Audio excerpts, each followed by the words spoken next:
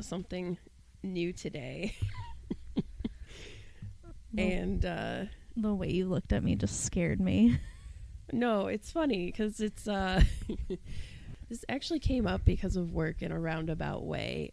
So I've been listening to, this is a really good time to be a spooky music listener. And since we just talked about your autumnal Halloween playlist, I was like thinking about that. So one of the things that I've been really into lately, and like I've been telling everyone and their mother, and I've been like, I'm really into the band Ghost right now. Right. And they're one of their bigger hits. So they have Mariana Cross, which is like a TikTok hit right now. It's actually their first like Billboard. Well, they had other Billboard hits, but this is like their first one that's like hit like diamond or, you know, one of those like record type things. And they've been around for like 10 years.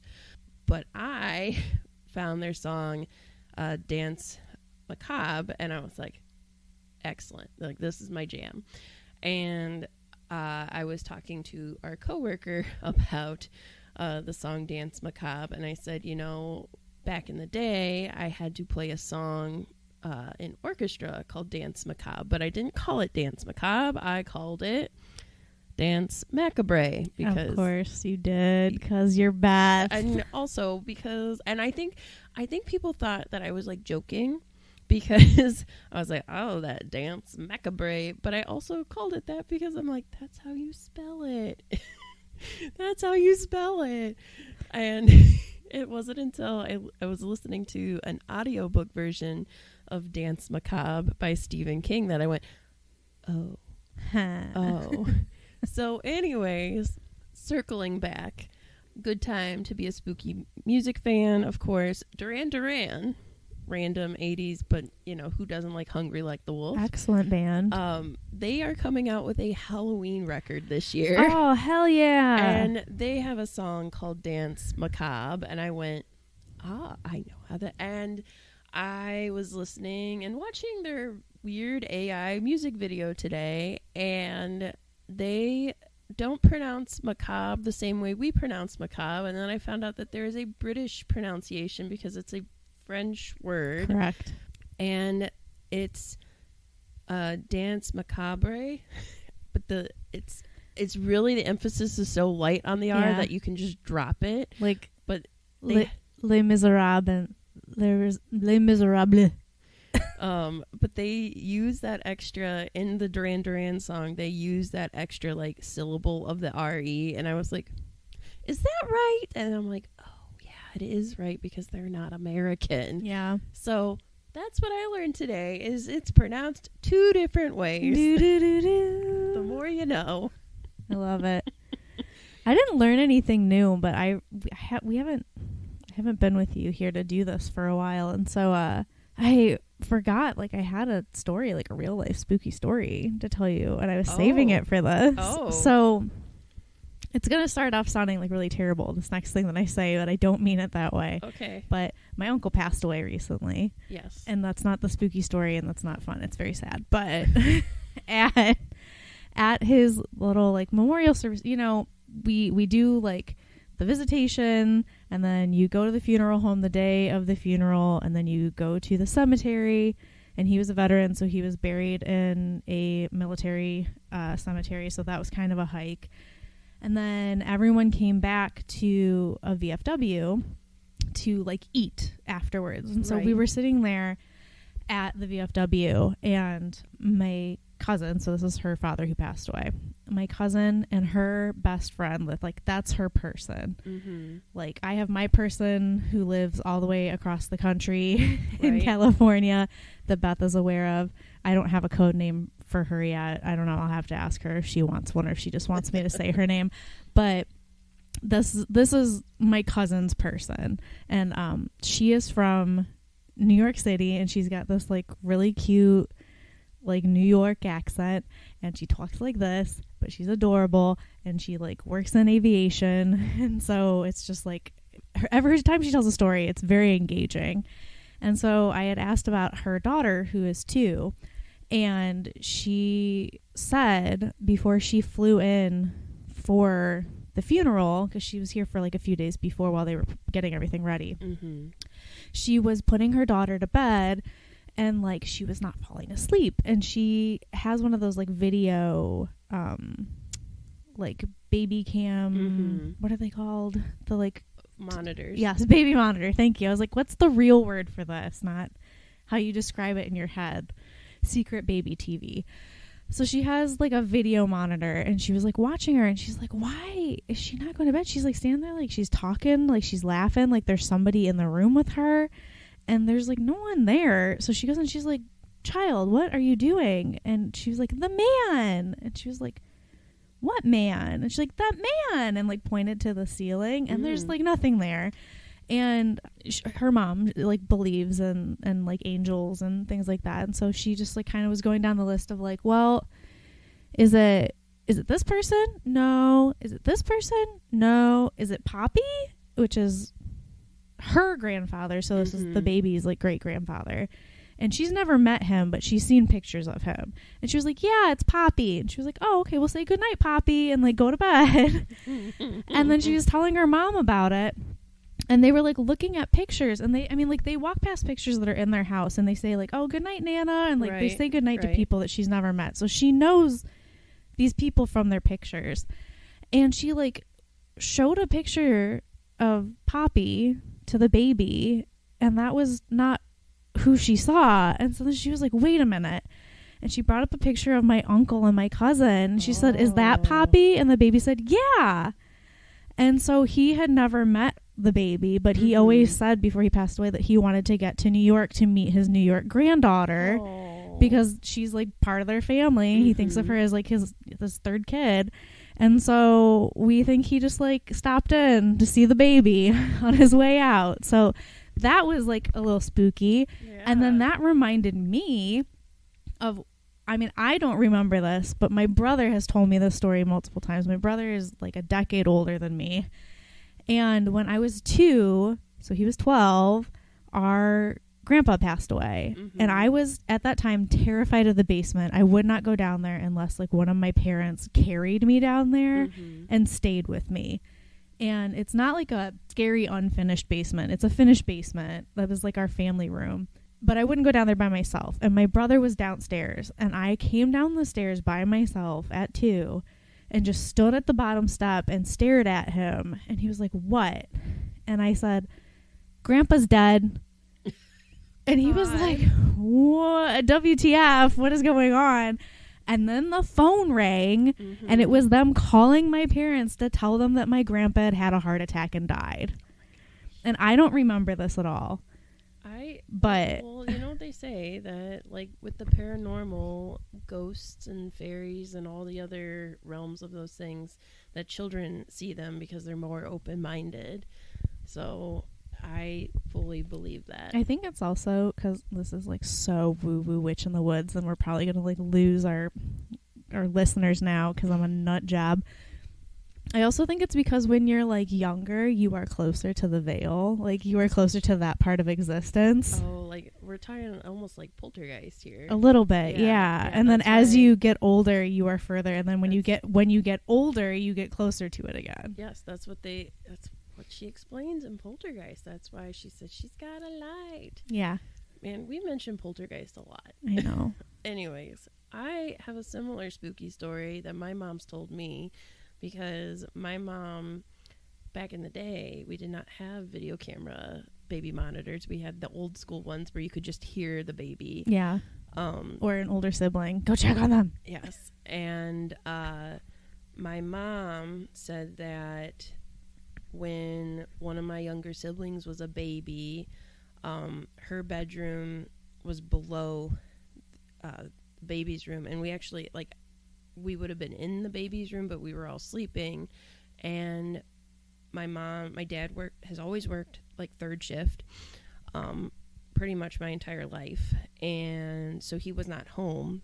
And my mom heard my younger sibling crying. Well, she heard a man talking to the baby.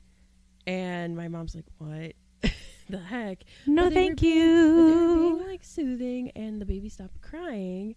So then my mom told my dad about it, and we think that it was my grandpa, who also passed away in my childhood home. So everybody that haunts the, household is family. Got it. So it's like, again, you only hear these things when it happens with like children, but it's spooky, but not so spooky. Like nobody's in danger. Right. So anyways, guys, welcome back to the Lake Erie Library. Those of you that are still here and not completely writing us off, because I just told you I am a child psychic. I'm a small, medium, at large. So once again, I am Beth. And I'm Britta.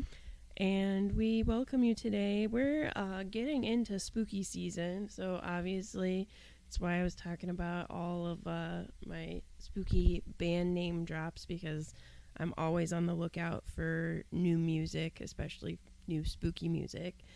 But today we are going to dive into a spooky story to kick off some more spooky season. And today we're going to talk about a little place called Malabar Farm. Which, before I knew anything about Malabar Farm, doesn't Malabar Farm sound like the name of a candy bar? It does sound like it. Like, I had a Malabar Farm today. Love that nougat. I feel like it would have nuts thrown in there somewhere too, like kind of like a Snickers, but a Snickers meets a Milky. No, not a Milky Way. Three Musketeers. Yeah. Like if you combine the two of them. Listen, Mars, we're not telling you how to do your job, but just putting it out there. But I am, and make something vegan so I can eat it, because I can't have dairy anymore. Yeah. Neither can Beth's tater tot. Yeah, so hook us up. Well, we can't have nuts in there either. There has to be a nut-free version. That's right. I'm definitely remembering that and not accidentally poisoning your child. Oh. Anyways, so Malabar Farm is a state park in Richland County. It's actually near Mohican State Park, and it's a less than 10-minute drive, maybe 10-minute drive, as we like to say in Midwestern.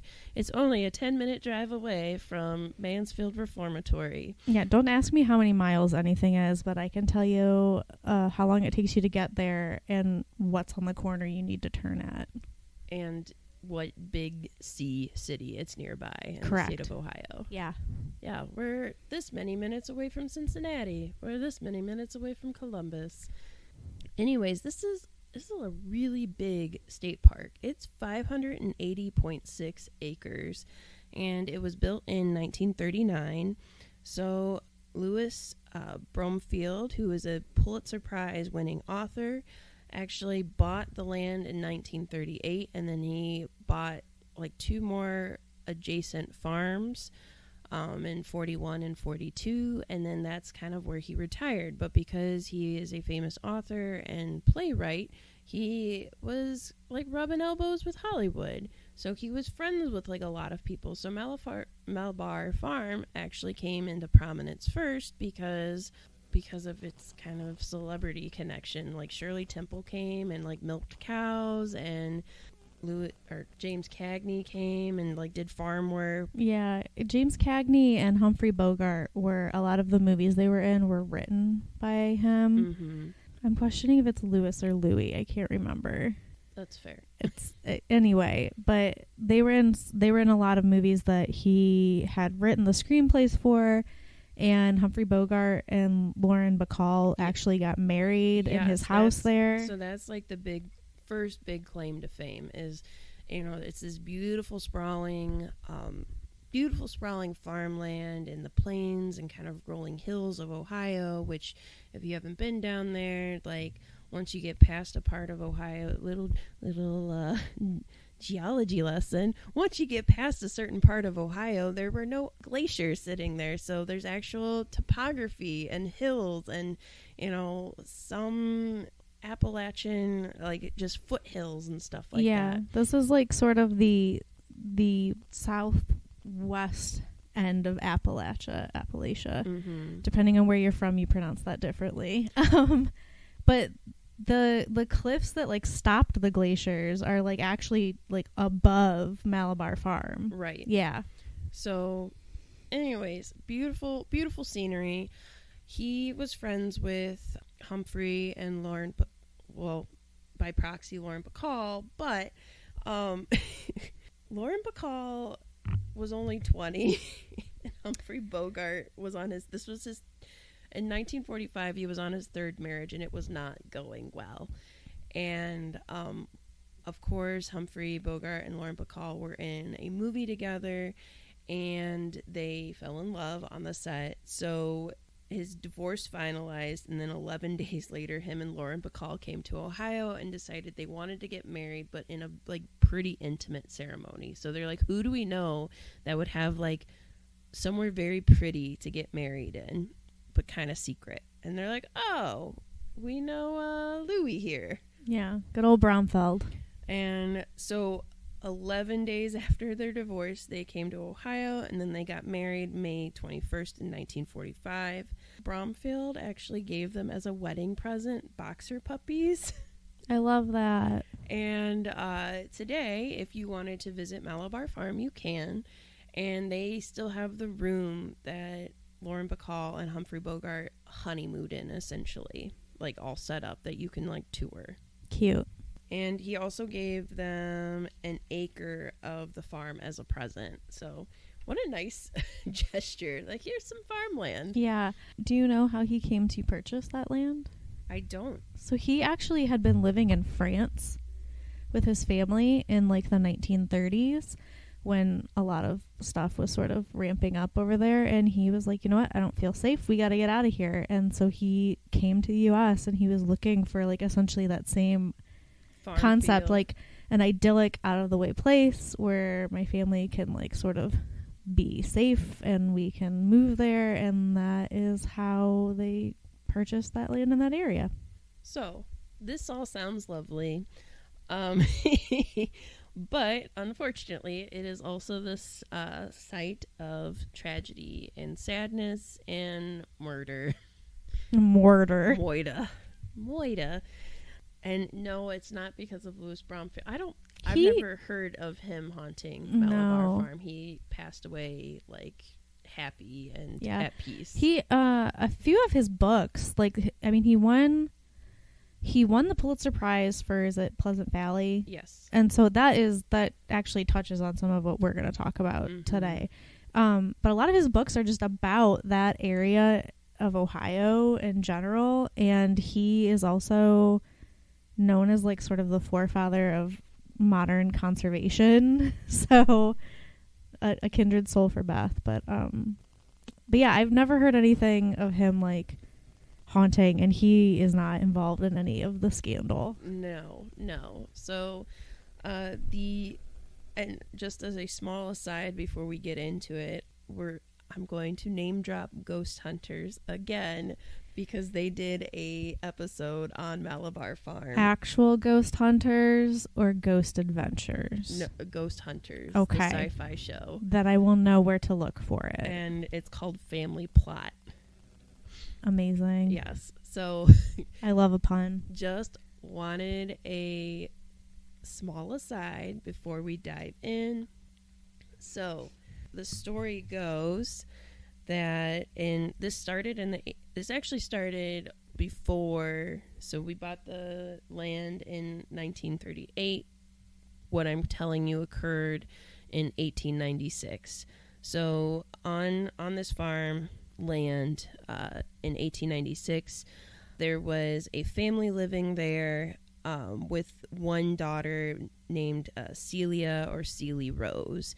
And so there was a mom, dad, and then she also had another sibling. I think it was she had an older brother named Walter, who lived with them, and then she had an older sister named Julia. Prior to the Rose family moving to this area, they had lived elsewhere in Ohio, and Julia got married and then died relatively soon after she had gotten married. And they moved, and it's unclear if they were moving because they wanted to get away from that memory of their daughter, or if it was because of tensions with her family that she married into. Right. I know she had a son, and they possibly never even met their grandson. and his father gave him to family members and just like effed off. Wow. And went and got a new wife. So they had lived somewhere else prior, so they had a son and a daughter. The daughter passed away, and then they moved, and then Ceely came around. So Ceely was considered what we would call today developmentally disabled. She was considered kind of a slow learner. They would call her simple-minded back then, or silly, which is all very insensitive today. So I will just keep referring to her as like developmentally disabled. They also called her silly because she had like a nervous tick or habit of giggling a lot. And so that was also part of it. People are mean. So she had an infatuation with the boy next door. And his name was Guy Barry. These are all really great names, by the way. There's like a lot of really fantastic names that don't sound real in this. Like the guy that she had a crush on before Guy, his name was Clem. And That's a good name too. I read a book about this that's written by he's from Ohio. I'm trying to get back to the title page so I can say his name correctly. Mark Sebastian Jordan. And it's called The Ceely Rose Murders at Malabar Farm. And he like really goes into depth about Ceely's life, like growing up. And as Beth mentioned, it was like one room schoolhouse days. Yes. And she was like still going to the schoolhouse even when she was like in her 20s. Mm-hmm. But she only really hung out with like the first graders, and her teacher said she never really mentally progressed further than like a 6 or 7 year old. But then, you know, you hit puberty and you get hormones, and she like went completely boy crazy. Right. Which when I was reading it, all I could think of was like Tina Belcher from Bob's Burgers. And so then for the rest of the time I'm reading this, I'm just imagining it like Tina Belcher like lurking in like the fields of someone's house and being like, Clem, I wrote you a letter because I'm in love with you. And like some of them were like mean and just laughed at her, and then some of them, like Clem, she like wrote him a letter and he just like took it and thanked her and then never said anything about it again. Right. And then like Guy was generally described as being just like a kind kid, and he kind of felt bad for her. So he was just trying to be nice to her and neighborly, because they were, even if they lived like, 2 miles away from, they were neighbors. They didn't though. They only lived a couple hundred yards away from each other, which for us is no big deal in the suburbs, but in like Pleasant Valley at that time, like the houses that close was unheard of. Right. And a little bit awkward. So she, he was really polite. He talked to her and she became smitten with him. She was so smitten that she began to visit him daily and told her parents that they were going to be married. It got to the point where she was actively pursuing him, and he did like try to turn her down nicely, and she just kind of she disregarded it, and she thought it was the parents' fault that they weren't going to be together. Yeah, his guy had a little brother named Claude, and Claude even tried to tell her, like, he's not going to marry you, Ceely. Like, he's got another girl. And she was like, okay, well, then I'll marry you. And he's like, I'm 10 or I'm 12. Like, I'm not going to do that. But their parents didn't really care for Ceely, because after that, Claude, like, told his mom. And his mom was like, well, yeah, she'd marry a 10-year-old if she got the chance. Right. Well, I mean, as I said, people are cruel. Yeah. And especially back then, they did not know they did not understand how to interact with people that were developmentally delayed or developmentally disabled.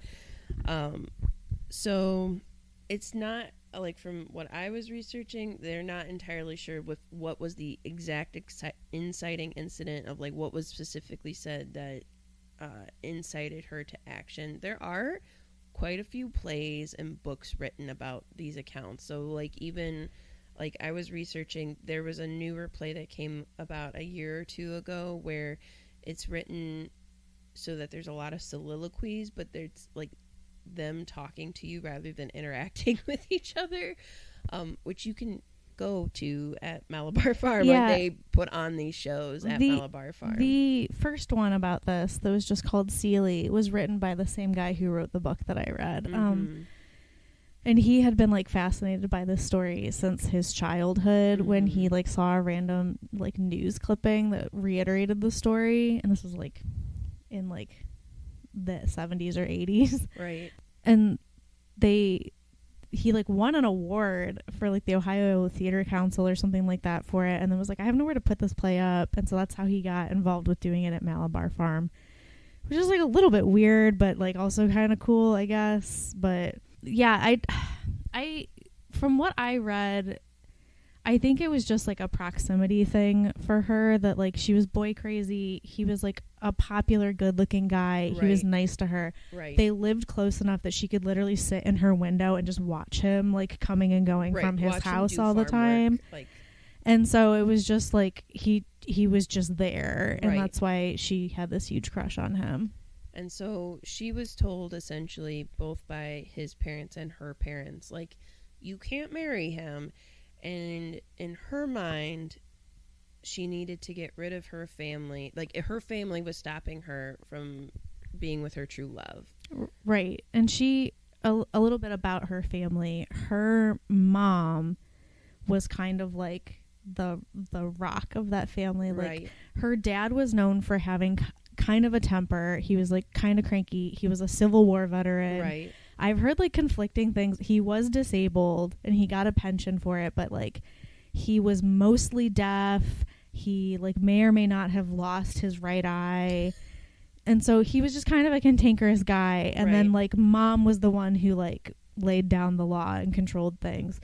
But Ceely like very much wanted to be like the ma of a family. So that's like, people said like she used to take her baby dolls out in the woods and play with them for hours, and like you just would go find her playing house, and then that was her dream. But nobody ever really told her, like, Ceely, you can't do that, like, you're different. Like, yes, you know how to cook and you know how to like sew a little bit, but like no one's ever gonna marry you and have babies with you. Right. And so that was like her dream for this. And then she got this idea in her head because her dad told her she couldn't talk to him anymore. Right. And she was like, okay, well, I'll leave him alone, but don't tell Ma that like I got in trouble for this. And he was like, okay, you behave and I won't tell your ma. And then like the next day he told her, and then her mom yelled at her. Right. And then after her mom was done yelling at her, Walter, her older brother, yelled at her, which there's some weird speculation about Walter, that maybe Walter was actually her real father, but I'll discuss that later. And so she at this point is like, well, I just got yelled at by like 3 people just for having a crush on this guy. Like, this sucks. But she like toned it down. She left him alone. And then one day her parents were sitting at the table and they were discussing something that had happened elsewhere in Ohio. Do you know about this? I don't know about this part. So there was a murder that happened in Ohio on a farm. Wait. I might know. Well, no. Okay. Go on. I might know about this. I do know of a murder that's similar to this murder. I think that this is maybe something we can cover that story in a different episode. But this man who had been working as a farmhand on a farm elsewhere in Ohio had become infatuated with the daughter of the family who lived there, and he assumed that he needed to get rid of her family to be able to be with her. So he murdered everybody there. And then it was in the news, and her family were talking about this. And the guy's name it's like Rami Cattell. His name's like Romulus, but he went by Rami. And so Ceely had like never in her life heard of something like this before, like like crimes of passion and being able to like, oh, like, you know, it's like star-crossed lovers, you know, all that's stopping us is our family, and if we just get rid of them, we can be together. And so in the back of her mind, like, the wheels start turning of like, wow, like, all I have to do is get rid of my family. Right. And add to that because she was developmentally disabled, her parents adamantly drilled into her that you do not touch the rat poison in our house. We use that for potato bugs. We use that for rats. You don't touch it. Don't look at it. Don't go anywhere near it, because even a teeny tiny bit of that will kill a person. Right. And like at one point, these two bits of information on the little hamster wheels in her brain clicked together. Right. And she started formulating. Well, and I also read something that when she started formulating, she knew that this would get rid of them, but she thought that they would come back, if that makes sense. Yeah. Like, she did not realize that if you try to poison somebody and you succeed, they're gone forever. It's that childlike concept that they don't quite understand that death is permanent. Right. Yeah. I mean, with my tater tot, separation anxiety is a whole thing. So development, I'm like, yes, I clearly understand this because we play peekaboo and we think that, we're gone if we cover our face. So very similar concepts.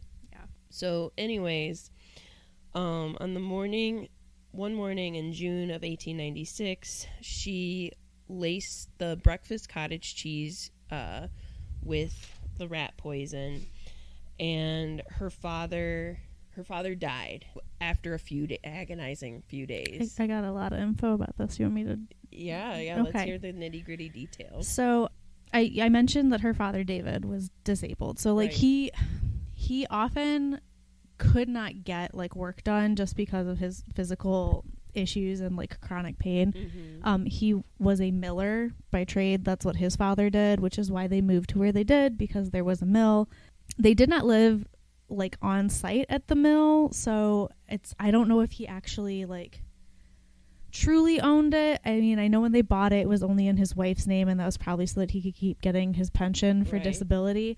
But so he worked this mill, but this is also at the time where like gas powered things are starting to come around. Mm-hmm. So the old school like water mill work was few and far between. So they went long stretches of not having regular work. Now you have me thinking about Final Destination as you adjust this microphone arm and the spring like clicks at me. I'm gonna Devin Sawa karate chop it out of the air. So scary. But so he was like sort of on and off with work, and Walter would help with that sometimes. Walter also was what they would call like a huckster, and he would just like, okay, well, I bought these dozen eggs from this farm and I'm going to go sell them at a markup to this farm, and then I'm going to buy their tomatoes and I'm going to go sell them here. And that was like kind of how he got by. And then they had like their little vegetable garden and their hogs and their chickens that fed them in between. So her dad was like, you know what, like I'm feeling good, I'm gonna go like do all this extra work. They had like these series of ponds that are still at Malabar Farm. There's like sediment ponds that then flow into the bigger ponds, and then there's like the sluice that flows through the mill, and they're all connected. And so he's like, I'm gonna go out and work on that and get that going. We're gonna get the mill going. And he had this like very active day. And so he got up the next morning and was like, holy crap, like I am famished. I am so hungry. Oh no, I don't like where this is. Well, I know where it's going, yeah, but I don't and like so where it's going. They had, because like refrigerators weren't really a thing back then. Right. They had like the spring house, which was connected to like an underground spring. It kept the water flowing, kept things cool. That's where you kept your produce and stuff. And that's where they kept their cottage cheese, which back then they called it something else. It was like, it's like an Americanized version of like the German word for it, and I can't remember what it is, but it's like spread case or something like that. Yeah. And so her mom was like, Ceely, go out to the spring house, get the cottage cheese, bring it in. Mm-hmm. So she did, and then they also had like eggs and like something else. And so that morning her mom was not feeling well. She had like a headache, so she didn't really eat anything. She ate like a little small plate of stuff. Walter ate a full plate, but David, who had been super active the day before, ate 2 full plates of this food. Oh no. Ceely ate none of it. She fixed herself a plate and didn't touch anything on it. And the only reason she fixed herself a plate is because like her mom yelled at her to eat something. Right. And she just kind of stood there and watched them. They go about their day. David and Walter are like out of the house working. Her mom would take in, like, she would weave to make some extra money. Mm-hmm. So she was, like, getting ready to start weaving. It was, like, a carpet or something for someone. And she starts getting ready to, like, weave. And she's like, wow, I'm really thirsty.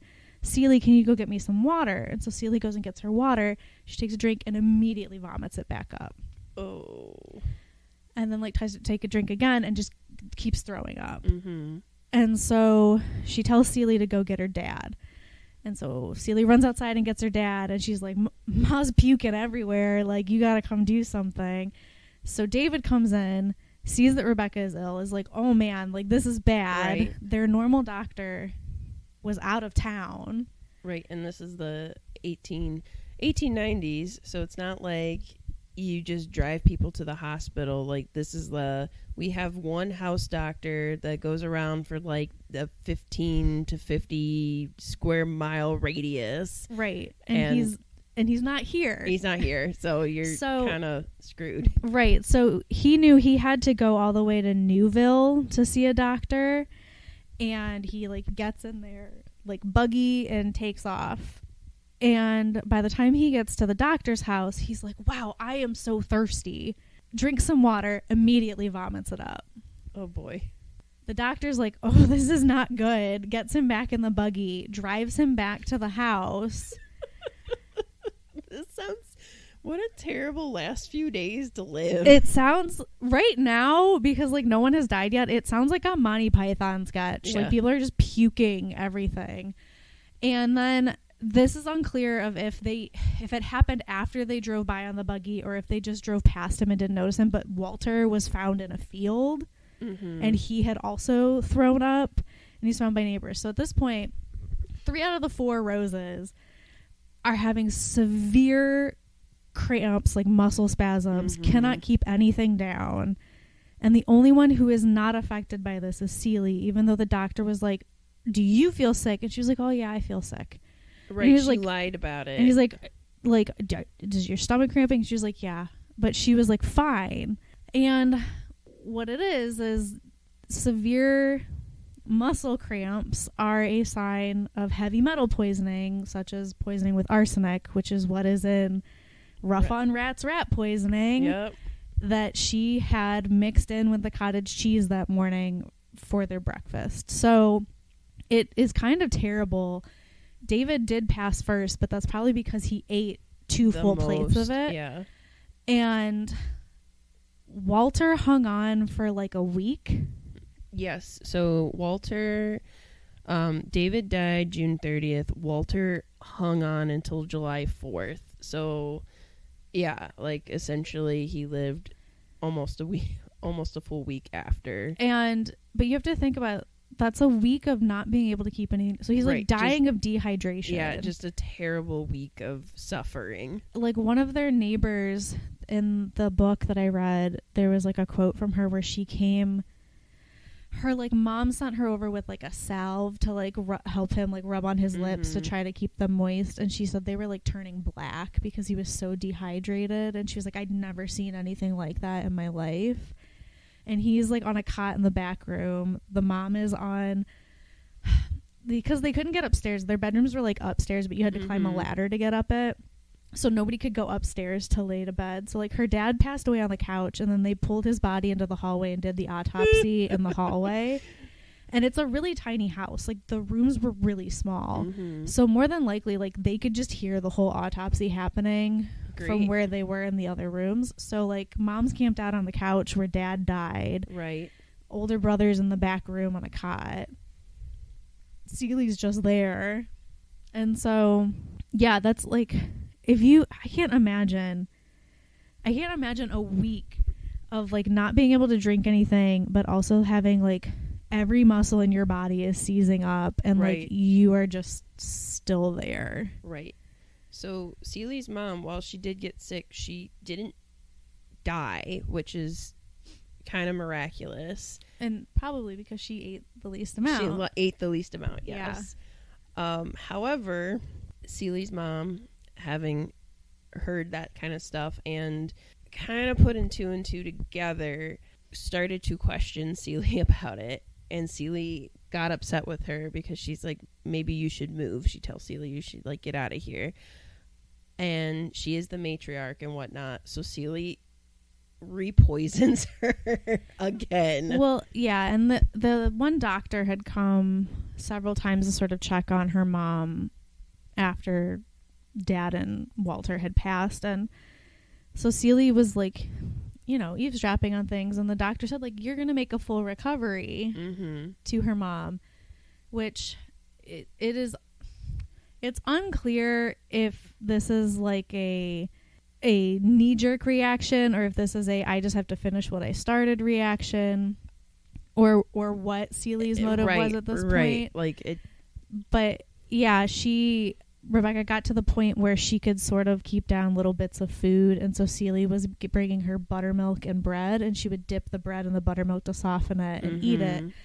And so she was like, you know, I'm really hungry today. Like, I feel like I could eat. Could you get me some? And so she ate like a whole thing. And it was like, just put it in the cupboard because I'll probably want more later. And so Ceely poisoned the second batch of it with more of the rat poison. And it's said that her mom made a comment to her that like the second thing tasted different. I was going to say, but she still ate it. It's weird, but at the same time, this is before we have, you know, like any real like things that are being preserved in any meaningful way. Yeah. So I imagine, you know, much like how people now do like the milk sniff check, where they're like, the milk is like, it's supposed to expire tomorrow. Is it really expired? Let me sniff it. I imagine, same thing. They probably would sniff stuff and be like, it's like a little off, but it's probably fine. Yeah. I don't know if it would like, obviously I don't know what arsenic tastes like. I have heard that neither has, of us do, so. Oh no, is it cyanide that tastes like almonds? That's what I've heard. Cyanide something tastes like almonds. Okay. Yeah. So yeah, I don't know if arsenic has a taste or what. I know that the rat poison had like boot black mixed in with it, so it was like a weird gray color so that you wouldn't accidentally ingest it, but like if you mixed it with other things you probably wouldn't notice the discoloration. Some things say that she tasted it and still ate it, and then some say that she just ate it, but in any case she started throwing up again, and at that point she like said to Ceely, if this is your doing, God help you, child. Right. And some neighbors came because they could hear like a commotion, and they had been coming to check on her. And then those neighbors ran and got like the doctor. But at this point, like she had been poisoned already, was still recovering, was not strong enough to survive it the second time. Right. And ultimately she also passed. Yes. So Ceely essentially poisoned all of her family members with the idea that she would get with the neighbor, not thinking that there would be any consequences to her actions. However, since it was 1896, authorities did not have, there was no actual like all of the buttermilk was ate, all of the rat poison was essentially consumed. There was no evidence to actually tie Ceely to doing the murders. Right. They searched the house and they couldn't find the rat poison.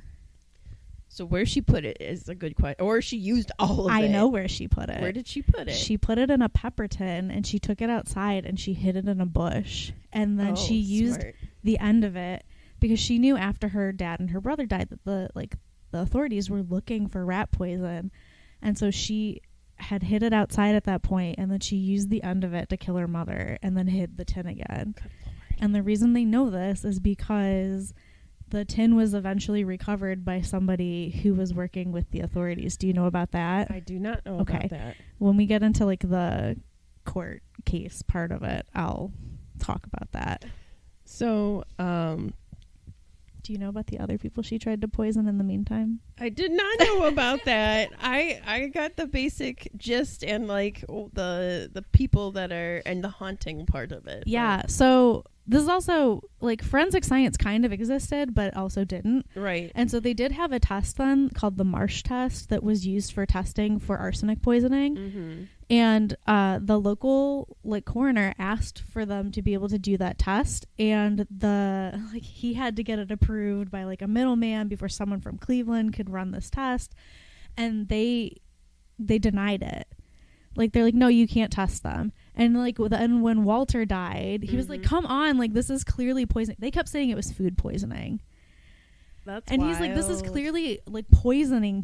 We need to test this. Mm-hmm. And they're like, well, all right, you can test the fathers, but you can't test the sons unless the fathers comes back positive for arsenic. And at that point, like, David's organs had been preserved in a jar for over a week. So, like, he had been poisoned, lived for almost a week. Right. Had his organs removed. Those sat for a week. So now at this point, it's like 2 going on 3 weeks. Right. Who's to say if that's in your system still? So. Right. So they finally agreed for this. And when the test results came back, it wasn't just positive for arsenic poisoning. It was like, I don't remember the exact wording for it, but it was like it was like enough to kill 7 people. Wait. How did this disabled man live so long? Like, I know. He got poison and ate 2 helpings of poisoned cottage, like, cheese. They made of different stuff back then. Yeah. Hardy folk. And so his came back positive for, like, it was an insane amount of, like, heavy metal poisoning. So they tested Walter's, and his returned, like, also a crazy amount because they both ate, like, these full plates of it. And in the time between when her mother passed and, like, when they were able to get these results and, like, sort of start an investigation, Ceely there was, like, a local pastor had been coming to check on her mom, and she made him a chicken and seasoned it, quote unquote, seasoned it. But lucky for him, there was another ill parishioner, so he didn't come for his regular visit. So he did not eat the poisoned chicken. What happened to the chicken? I think she probably just threw it away. All right. But she baked a pie, and she went next door to the Barry's house, to Guy's parents. And she said, I made you this pie, but Guy's not allowed to eat any of it, okay? That's not suspicious at all. And so his dad was like, okay, thank you, and, like, shut the door and turned around and was like, do you know what this girl just did? She made us this pie. I do not trust it. And his wife was like, absolutely not, and threw it out the back door where they couldn't see it. Like, Ceely couldn't see the back of their house. And when they went outside later, she saw peck marks in the pie, and all of their chickens were dead in the yard. That's so sad. So, like, this is, like, not just her family. This is, like, also attempted murder on 3 other people. Can I just say, and I'm not saying that Shirley Jackson, like, ripped off this, or I love Shirley Jackson, but feels very similar. It was the Sugar Bowl. Yes, very similar vibes to We Have Always Lived in the Castle, which, if you guys haven't read that book, you should. It's very spooky and also deals with poison. Look at this Rough on Rats ad. I don't think it'll make it bigger. Oh, God. It's, like, awful. Oh, little dead rat in the corner. Right, and they're, like, chasing, like, it's a woman with a broom, chasing a man with a bottle, chasing a child with a rolling pin, chasing a dog, chasing a cat, chasing a rat, and they knock over the baby in the high chair as they're doing it. This is wild. The 1800s were wild. I guess that was just a good way of, like, making sure you knew it was effective. Well, clearly it was, because she killed her whole family with it. They finally get these results back, and it's clear that they have been poisoned, right? Like, without a doubt. And so now they can sort of start an investigation into it. But the problem is there's still no, like, direct evidence tying Ceely to it. Right. It's all circumstantial evidence. Yeah. So what I'm also trying to tell our dear listeners is this does get spooky at the end, but everything behind it is true crime. You get a 2-for-1 special today of murder and ghosts. So I know that she does eventually go to court. They're still able to bring her to court. Yeah, the way they're eventually able to arrest her is that there are some neighbors, the Allers, who take in Ceely once her family is gone. And there's like accounts from them of like she would tell people, like when she finally gets arrested, she like went into like the jail cell and like sat down and was like, oh, I've been working so hard at Mrs. Allers. And Mrs. Allers, like, all she does is lay on the couch all day and read. Like, she doesn't help anyone do anything. She's so lazy. And so the Allers were like convinced that she couldn't have done this, though. They're like, we've known her entire life. Like, she is not capable of this. Like, her whole family's gone. That poor girl. Like, we'll take care of her. And while she's staying with the Allers, they're trying to figure out how to get a confession out of her. And this guy who's connected to like the local law authorities and like prosecution was like, well, my daughter went to school with her and they were kind of friends. She could probably talk to her and try to get her to confess. And they were like, yeah, okay, do that. And he's like, okay, but like, you're going to pay her for that, right? And they're like, no. And he's like, wow, oh, fine. All right. So his daughter, Tracy, had been like living in Bellevue, I think, and working. She came home and she had, like Guy, kind of felt sorry for Ceely when they were in school. Like, she saw that the other kids were cruel to her and that she really only hung out with like the really little kids. And so she had just sort of like paid attention to her and taken her under her wing. And so they were kind of friends. And so the plan was Tracy would come back, not question her about the murders right away, sort of like rekindle their friendship. And then once they were like comfortable, inch her way in by saying, well, you know, Ceely, I'm in love with this boy and his family won't let me be with him. And I just don't know what to do. What would you do? And so Tracy's like, okay, well, I'll go to the Allers and I'll hang out with her. And like the first day they hang out, they're walking around outside and she's like, well, you didn't have anything to do with killing your parents, did you? And Ceely's like, so subtle. No, I'll tell you more if you're still here in a week and you haven't said anything to anyone. Which so is subtle. Like, what? And so Tracy kept going and visiting with her and not following the plan at all. Like, she kept trying to bring it up and Ceely wasn't giving her anything. So she finally was just like, okay, well, like, I'm going to stay the night at the Allers. And like Mrs. Aller was like, thank God, like, there's a girl here who's actually helping me do stuff. Yes, please stay as often as you want. And so they were spending time together and they were taking a walk and they were like walking down like the local roads and they walked past the cemetery where Ceely's family was buried. And you could see their plots from the road and it was like freshly dug up graves and everything. And Ceely like looked at it and then just like walked away, like didn't have a reaction to it, didn't have like an emotional response. And Tracy's like, that's weird. I don't like that. And so then they were hanging out the next day and she was like, I want to go to the cemetery. And Tracy said, okay, whatever, let's go. And she like drops down on her knees and starts praying on her parents' grave. Oh. And Tracy was like, well, do you miss them? And she goes, well, I miss Ma. Right. She was the closest to her Yeah. mother.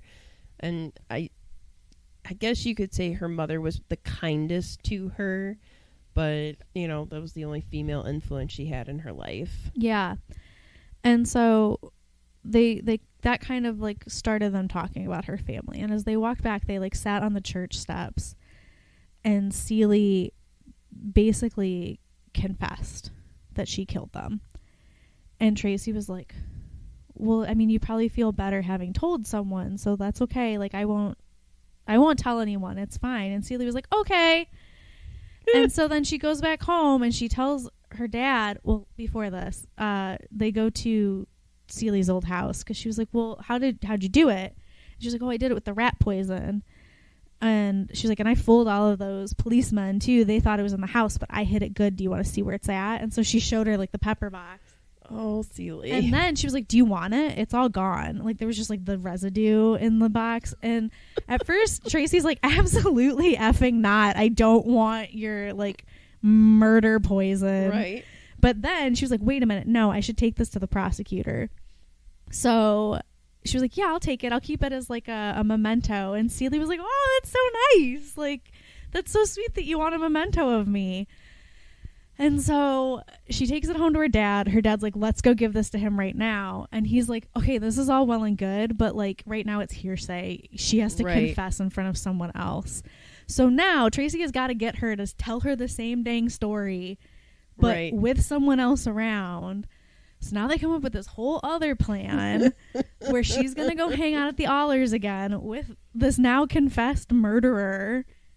She's just got to pretend like she's cool with it. And her dad, Davis, was going to go up into like the hayloft of the Allers barn. And he's like, I'll go up there and hide. You bring her in and you get her to say it. And I'll be the witness. And so Tracy gets Ceely talking, and they go into the barn and they sit in the buggy, and Ceely's like sitting like where you would sit to drive the buggy. Mm-hmm. And like Tracy said that she was like looking up in the hayloft to see if she could see any sign of her dad, but also didn't want to make it obvious. I was like, God, I hope he's up there because I don't want to have to do this a third time. Right. This is when she pulls like the original script, and she's like, Ceely, I just have this problem, and I really hope you can give me some advice. There's this boy, and I'm in love with him, but his family won't let us be together, and I just don't know what to do. I mean, what would you do? And Ceely goes, I'd kill him. That's what I did. And she's like, yeah, that's why I killed my family, because they wouldn't let me be with Guy. And he helped me get the rat poison, and he's the one who told me how to do it. And now I got to wait for him to get the medicine. And she's like, what medicine? She's like, the medicine so that I'm not. And she like used the French word for like pregnant. And Tracy was like, that was so strange that she even knew what that word meant. Right. But essentially she implied that like Guy was supposed to get her like contraceptives so that they could be together. And this is like it's a confession. They get their confession and they're able to arrest her. Right. But it's obviously not a true confession. Right. Because you're implicating Guy. Exactly. And then at a later point, she was like, Tracy, I just feel so bad. I got to tell you about something I said the other day. Guy didn't have anything to do with it. I don't want him to get in trouble for something I did. And this whole time, Guy's family was like, you got a GTFO, like, go move somewhere else. So, like, during all of this, they're like, you cannot be here. And he is, like, away. And he never even testified in the trial. Right. Which is a little sus, in my opinion. That, like, so? Yes. It's clear, like, favoritism that they did not even, like, bring him in for anything. I'm not saying he was involved, because I don't think he was. But I also wonder if there wasn't something he did more than we know that led her to believe they would be together. Because while he was like too nice and like too inviting. Well, that would be the nice version of it, because she was like, he like maybe played games with her and was like wink wink nod nod, like, yeah, we can be together. Well, just gotta get it. And the fact that she knew about contraceptives, I wonder if something happened to her that either, I'm not saying it's him, but like if someone took advantage of her, if she was, gotcha. Yeah. And so I'm like, we will probably never know, but I just wonder if something did happen between them, and then to save face, because like he was the laughing stock when he was going around telling everybody, Guy's gonna marry me. If to save face he just like lied and was like, no, absolutely not. Or if like another boy had taken advantage of her because she's super boy crazy and was like willing but didn't understand what was happening. I mean, or if a family member did this to her. Right. All of this would be very hard to find out, because as I said, we don't treat developmentally disabled people throughout history fairly, and we will never know, because the things that we have on record are mostly of things that she said that put her in a more poor light. There's a lot of like, when she was arrested too, there's a lot of like tabloid fodder written about her where they took things wildly out of context, and they would say like, and she like laughed devilishly, but this is also like, that's a tick. That's like a thing that she did. Right. She just giggles. So like to say that she was, like maliciously enjoying herself is maybe a stretch. When I read about this at first, I never took it as a her being malicious in intent because it's a crime of passion. Like I don't fully think Ceely understood the consequences of her actions. Like, and they do have on record that she, like, after she does eventually get arrested, that she thought that they would just come back, that she would eventually see her family again. Well, she said some things along the lines of like ma told me last night that I did a bad thing and I got to repent for it, or something like that, where it's like she's clearly like dreaming about her family. Mm-hmm. And she very much thought that she was going to be able to just go back to her house at some point. Like, she could not grasp the concept of, like, you are never going to be able to go home again. Right.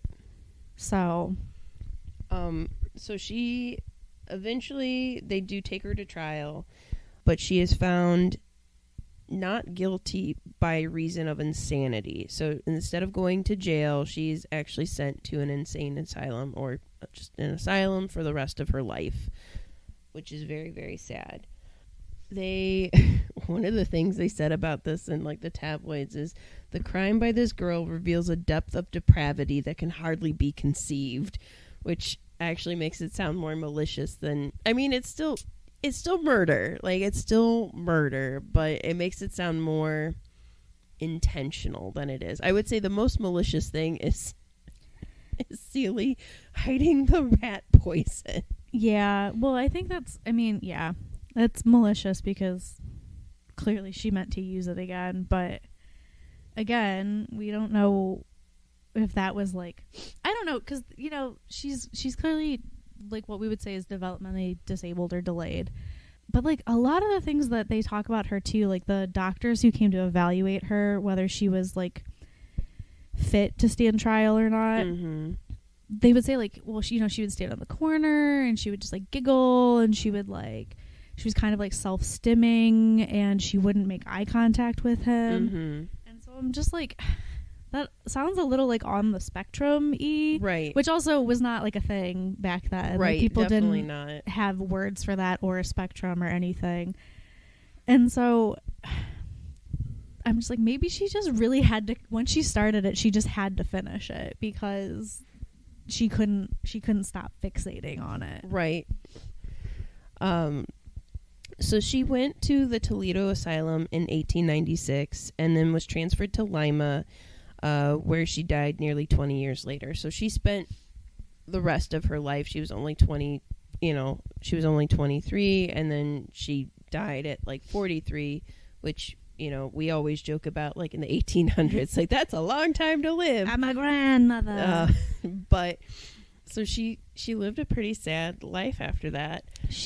In the hospital, though, like, she was, like, their favorite patient, and so much so that she never behaved in a way that made them think she was, like, a danger to herself or anyone mm-hmm. else, to the point where they let her have her mom's locket that she gave her, and the locket, it had a picture of both of her parents inside of it, and so they let her wear it on like a leather cord, which normally if right. you're in a facility like that, you can't have that because it's a risk. Like, you could choke yourself, you could hurt somebody else right. with it. But they let her keep her locket, and every night she would get down on her knees and pray, and she would hold it, and she like squeezed it so tight that she crushed it closed. Oh. And then once she passed, one of the guards kept it, mm-hmm. and like it still exists. Like, somebody owns it in his private collection. Okay.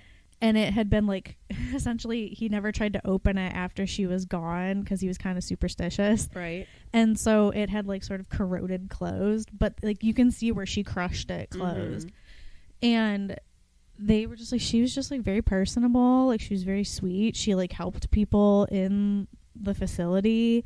She prayed every night because she wanted to see her parents again. So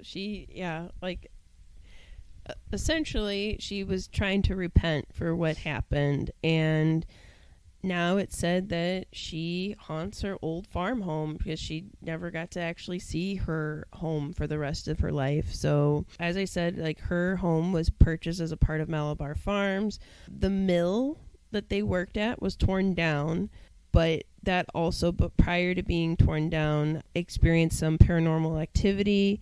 especially when they were rehearsing scenes for the play that they have put on for Ceely Rose. I'm like, I wonder why we're experiencing some paranormal activity. That really tracks, because during her trial, like, she couldn't focus, like, pay attention to anything. If they were talking about her, she would like hide her face in her like handkerchief. The only time she would really pay attention to anything is if they were talking about Guy, and then she was like, boom, got my attention, staring right at you. But she like kind of enjoyed the attention of like the tabloids, and when everyone was coming to check on her mom, and she was her mom's caretaker before she passed, everyone was like, Ceely, you're doing such a good job caring for your mom, and she like ate that up. So fully tracks that if people are telling her story in a play, she'd be like, yes, let's go. So they say that they see a woman, they've seen a young woman sitting in the corner looking out the window. One person had an interaction where they were asking about the costume performers at Malabar Farm. Malabar Farm, because it's a state park, doesn't normally have costume performers, and she herself was dressed in period garb. And then paranormal investigators have gone there, and they've reported a woman screaming over their radios. Yikes. And they also believe that it's not just Ceely around, that it's like multiple family members, and they've experienced lights flickering, doors closing on their own, and a few voices being caught on EVPs. So as I said, they also have new plays and whatnot coming out, and then, you know, for something that happened so long ago, they still write about it in the news and stuff, which always fascinates me. But since it's so close to the Mansfield Reformatory, they actually, on Malabar Farm, they actually filmed a part of Shawshank Redemption. Yeah. Some of the scenes there. The tree. Mm-hmm. And the tree does not exist anymore. It got struck by lightning and then blew down years after that. And then, this is like a scandal in real life, the guy who had owned it and was like making commemorative items out of it and selling them, he had the wood from the tree, and then somebody mistakenly like ran it through the like machinery and used it for like other stuff. And so he like doesn't have it anymore, so he can't make any more commemorative items. And they're like, well, when did this happen?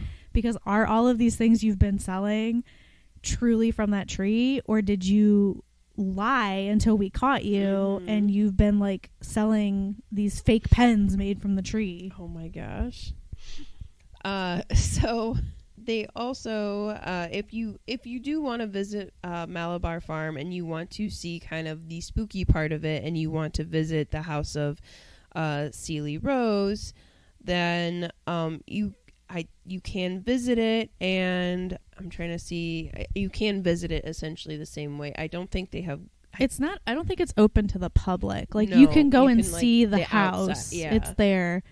And somebody owned it in between, and they like redid it, and it's got like really bad like 70s decor in it, apparently. Ooh. The author of that book, he was like really invested in this story, and so he like made sure that they kept like an accurate note of like how the house was set up, and they kept all of the like auction details of items that were sold after the family died and Ceely went to like jail and everything like that, so that it could someday be restored. But so I apologize, this newsletter says that she died at the age of 61, and I said she would have died at 4, so I'm not sure how. My math ain't mathin' today, so that's some Brita math. Yeah. She was super old. Chocolate. So anyways, the author of it, he actually is speaking on this. He's talking about if you do go to visit the house, you can feel apparently her presence. He said it's so thick that it feels like there's just static in the room. Somebody in years past had put like a scarecrow in the window to look out as like a prank, but most often the sighting that people say is like when they're walking by, they see a young woman looking out the window, and everyone assumes it's Ceely, just, you know, finally at home but not at peace because of she's still making up for what happened. Just scoping out the local butts. Look at that hottie. Shake it, baby. Probably. She's probably up there writing erotic friend fiction. Erotic friend fiction. And Rose. I don't know. Maybe she's discovered like ponies since then. She's big into her family's chickens, so maybe like Tina's very into horses. Maybe she's just got like a lot of chicken memorabilia. My little Clucky. My little Clucky. Oh my god.